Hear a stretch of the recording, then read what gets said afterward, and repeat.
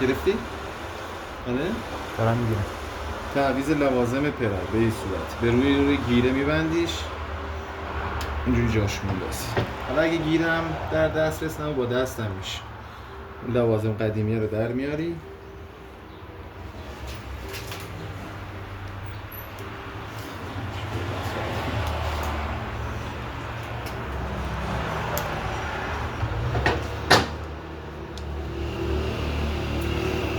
یکیش به این صورت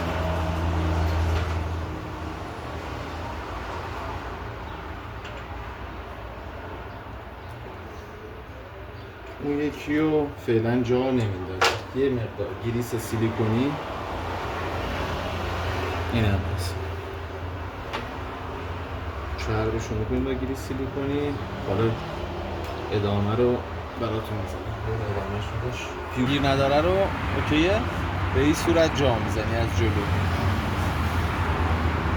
این تا آخر. یه دوبارم باش بازی میکنی که بازی داشته باش. بعد فنرش رو میندازی این یکی رو از این ور جا میزنی.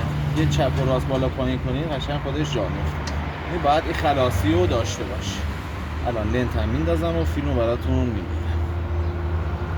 به این صورت گردگیراش باید جا میفته.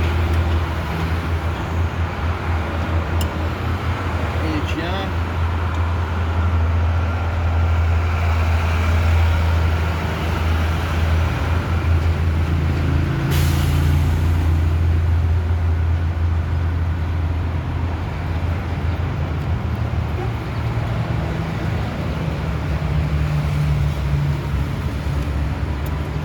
این تعویض لوازم. الان لنت هم نحوه تعویض لنت هم بهتون آموزش میدم.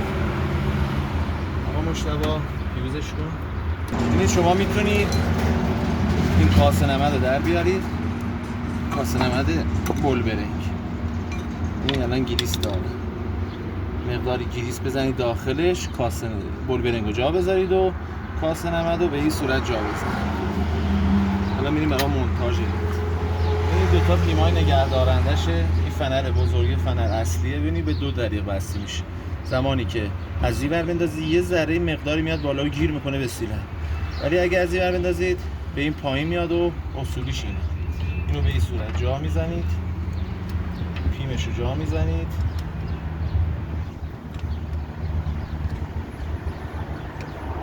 لنت بعدی ببینید ما این لنت ها رو با سنگ بغلاشو گرفتیم چون کاسه لبه داره. در اصل باید این کاسه بره تراشکاری. اینم به این صورت میپیچونیدش. ریگلاژ رو تا آخر میخوابونید با چکش یا با انبردست و به این صورت جا میندازید. ببینید این فنر الان درسته به جای گیر نیست. اینم به این صورت وصلش میکنید.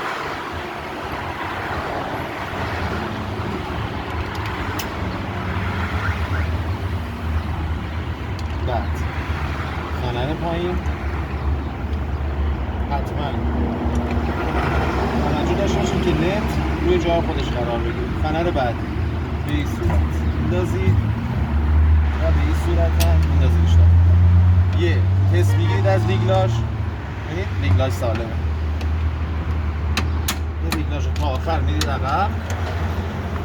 الان نوبت کاسه است.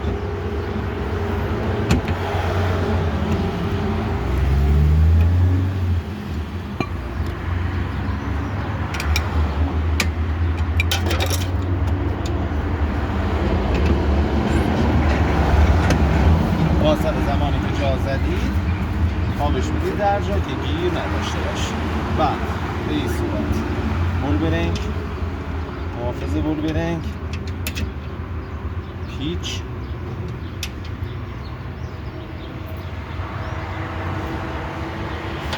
توجه داشته باشید پیچ‌های روی فول، مهرهای روی فول باید تا یه حدی بیشتر سفت باشه. اگه بیشتر سفتشون کردید باعث میشه به بولبرینگ تا چکش و با هم برده است به این مقدار سفتش بود. این باید روون باشه کاس. بعدش خار رو میزنید داخل اشپیلو. اشپیل که رفت جا به این صورت بعد سوراخ‌هاشو با هم دیگه تطابق میده.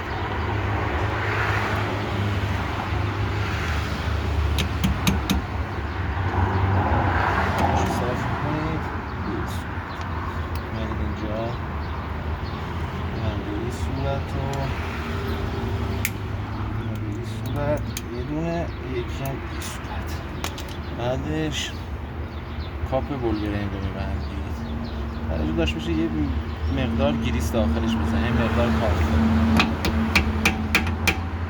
زمانی که شما لوازم رو عوض کردید با آچار پشت از سمت پیچ هواگیری چرخ مورد نظر رو هواگیری میکنید. اینم از تعویض لوازم و لنت عقب پرن.